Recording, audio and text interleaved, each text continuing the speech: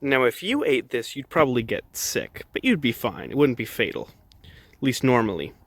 If a kid ate this, probably the same. Probably be sick, sicker than you'd be as an adult, but they'd be fine.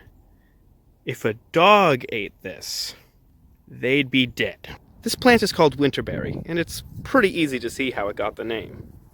This plant is in the holly genus, and you wouldn't really think it when you look at it. Of course, it has the characteristic red berries, but when you think of hollies, you normally think of the evergreen, spiny leaves. Well, this is deciduous. It loses its leaves in the winter, but it keeps these distinctive red berries.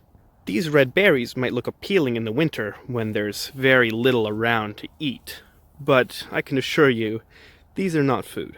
At least not for us humans. Birds can and do eat these. In fact, you can see the birds snacking on them over there. But for humans and other mammals, it's not a good idea. As far as I know, all species in the genus of holly are toxic.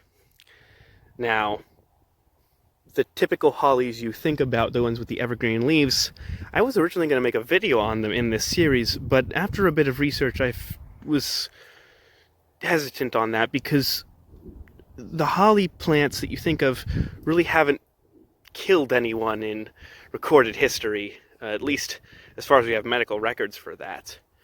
Granted, they do have toxins, but the toxins aren't that toxic to humans, and holly plants are horribly bitter. So you'd have to eat a lot of very disgusting berries to poison yourself.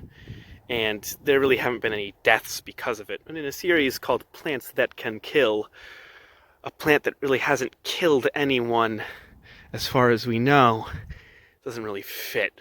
Granted, while they may not be able to kill you directly, they may accelerate your demise because they'll make you sick, and being sick in a survival situation, especially with symptoms such as diarrhea, is not ideal, to say the least.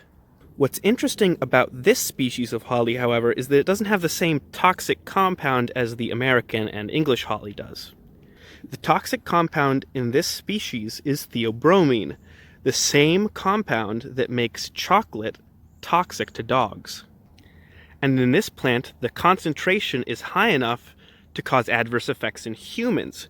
So you can imagine if a dog ingested this, how sick they would be. They would very likely die.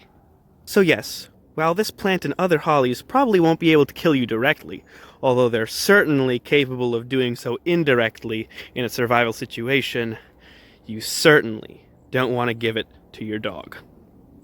Well, hope you all learned something. See ya.